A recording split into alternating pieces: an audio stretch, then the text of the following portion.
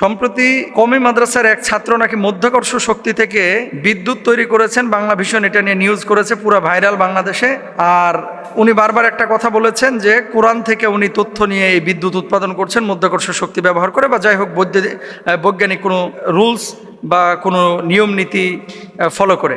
আচ্ছা, তারপরে লাস্টে লিখেছেন যে কোরআনে আসলে ডিরেক্ট এই বিদ্যুৎ উৎপাদন নিয়ে এরকম কোনো কথা আছে কিনা। দেখেন, ঢালাওভাবে সব কিছুতে কোরআনকে এভাবে জড়িয়ে দেওয়া, প্রমাণ না করে বা স্পেসিফিক ব্যাখ্যা না করে, এটাতে আমরা কিন্তু একটু বিরূপ মন্তব্য বা প্রতিক্রিয়া মতামত দিই। আমি প্রথমত সাংবাদিক যিনি নিউজ করেছেন এবং যিনি আমাদের যে কওমি ওলামা ইকরাম, কওমি মাদ্রাসার যিনি ছাত্র বা আলেম, তিনি যে উদ্ভাবনের চেষ্টা করেছেন, আমি মনে করি তাদের কাউন্সিলিং করা দরকার। আপনি উদ্ভাবনের কথা বলেছেন, কিন্তু কি উদ্ভাবন করেছে, কি উৎপন্ন করেছে, বিদ্যুৎ কিভাবে তিনি উৎপাদন করেছেন, সেটা পুরো প্রক্রিয়াটা আপনি দেখাইতে পারেন নাই। এখন কি হচ্ছে, মানুষ কাল থেকে নক করছে যে হুজুর কোরআনে কোন আয়াতে বিদ্যুৎ উৎপাদনের কথা আল্লাহ বলেছেন। কারণ আমি শুধু না, এরকম অসংখ্য আলেম কিন্তু এই প্রশ্নের সম্মুখীন হচ্ছেন যে কোন আয়াতে বিদ্যুৎ উৎপাদনের কথা বলেছেন। তো আসলে কি আল্লাহ তাআলা বিদ্যুৎ উৎপাদনের কথা এইভাবে কোরআনে বলেছেন? আল্লাহ তাআলা কিন্তু এইভাবে বিদ্যুৎ উৎপাদনের কথা বলেন নাই। তবে হ্যাঁ, বিদ্যুতের কথা আল্লাহ তাআলা বলেছেন, বজ্রধ্বনি, বিদ্যুৎ চমক। এই যে সূরা রাদ আল্লাহ তাআলা নাজিল করেছেন, সূরা বাকারার মধ্যে আল্লাহ সুবহানাহু ওয়া তাআলা বলছেন ইয়াকাদুল বারকু ইয়াখতাফু আবসারহুম। এরকম অসংখ্য আয়াত আছে। তারপরে দেখেন সূরা রাদে আল্লাহ বলছেন হুয়াল্লাযী ইউরিকুমুল বারকা খাওফা ওয়া তামা ওয়া ইউনশিউস সাহাবাস সিকাল। এটা আল্লাহ সুবহানাহু ওয়া তাআলা বলেছেন। এখন তিনি তোমাদেরকে বিদ্যুৎ চমক দেখান, ভয় ও আশার সঞ্চার করে, এবং তিনি ভারী মেঘমালা তৈরি করেন। সূরা রাদের 13 নম্বর আয়াতে, 12 নম্বর আয়াতে আল্লাহ এটা বলেছেন।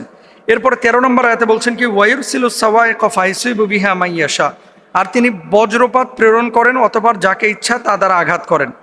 এরপরে সূরা আন-নূরের 43 নম্বর আয়াতে বলছেন আলাম তারা আন্নাল্লাহা ইযি সাহাবান সুম্মা ইউআল্লিফু বাইনাহু, দীর্ঘ আয়াত। তুমি কি দেখো না যে আল্লাহ মেঘমালাকে সঞ্চালিত করেন, তারপর সেগুলোকে একত্রিত করেন, পরে সেগুলোকে স্তূপীকৃত করেন।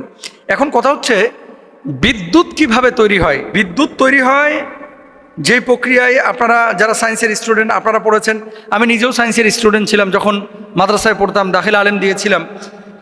তো সেখানেও তো আমরা পদার্থবিজ্ঞানের মধ্যে এগুলো পড়েছিলাম যে কোনো একটা শক্তি প্রথমত, তারপরে টারবাইন ঘোরায়, এরপরে জেনারেটর ঘুরে, সেখান থেকে বিদ্যুৎ উৎপাদন হয়। এখন শুধু উনি যদি বলে যে মধ্যাকর্ষ শক্তি ব্যবহার করে বিদ্যুৎ উৎপাদন করা হয়, তাহলে হরমুজ প্রণালী নিয়ে এই টানাটানি কেন হবে? ইউরোপিয়ানরা, আমেরিকানরা, পশ্চিমা বিশ্বের এরা কি মধ্যাকর্ষ শক্তি ব্যবহার করতে পারে না? এদের কি অভাব আছে? তো তারা কেন তেলের জন্য ইরাকে হামলা করে, কেন তেলের জন্য ইরানে হামলা করে? এগুলো কমন সেন্সের বিষয়। আসলে মধ্যাকর্ষ শক্তি এক কথায় এভাবে বলে দিলে মানুষ বিভ্রান্ত হয়। এজন্য বলবো যে অল্প বিদ্যা ভয়ঙ্করী। আমাদের কিছু ভাই এবং বোনেরা আছে যে কোরআন থেকে বিদ্যুৎ উৎপাদন তিনি করেছেন, আরে বাবারে বাবা, আবেগে একেবারে আপ্লুত হয়ে গেছেন। অবশ্যই কোরআনুল কারীম আল্লাহ সুবহানাহু ওয়া তাআলা সব দিক নির্দেশনা দিয়েছেন, কিন্তু সেটা অথেন্টিক সোর্সে আপনাকে বুঝাইতে হবে, না হলে মানুষ ভুল মেসেজ পাবে। পদার্থবিজ্ঞানের যারা ছোটোখাটো ছাত্র, তারাও এই কন্টেন্ট দেখে হাসতেছে, তারাও কিন্তু উল্টাপাল্টা কমেন্ট করতেছে। তার মানে কি পাবলিকের কাছে একটা ভুল মেসেজ যাচ্ছে। আমি সাংবাদিক ভাইকে বলবো যে আপনারা যারা সাংবাদিকতা করেন, এই যে রিকোয়েস্ট হচ্ছে যে কোনো তথ্য যখন পেশ করবেন একটু ডিটেল পেশ করেন। ও একটা যন্ত্র, ওই টেনিস বল পেঁচানোর মতো একটা বস্তু নিয়ে বসে আছে, যন্ত্র নিয়ে বসে আছে, আপনি দেখাইলেন যে কোরআনের থিওরি ব্যবহার করে তিনি বিদ্যুৎ উৎপাদন করেছেন। তো এটা নিয়ে এখানে যে তথ্যগুলো দেওয়া হচ্ছে তাকে কাউন্সেলিং করা উচিত, যে স্পেসিফিক তথ্য এবং না দেখানো পর্যন্ত মানুষজন এখানে বিভ্রান্ত হয় এবং কোরআনকে খাটো করা হয়, ছোট করা হয়, যদি আপনি স্পেসিফিক না দেখাতে পারেন। আপনি বলছেন কোরআন নিয়ে রিসার্চ করে আপনি বের করেছেন, তো কোরআনে তো আল্লাহ বিদ্যুতের কথা বলেছেন, বিদ্যুৎ উৎপাদন প্রক্রিয়াটা আপনি কিভাবে করলেন সেটা আপনার দেখানো উচিত ছিল।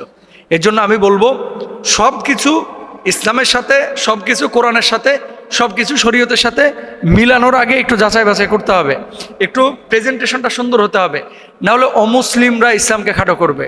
যারা জ্ঞানী গুণী আছে তারা আপনার কথা শুনে হাসবে, আপনাকেও কিন্তু কি করবে, তুচ্ছ তাচ্ছিল্য করবে। আল্লাহ আমাদেরকে বোঝার তৌফিক দান করুক, আমিন।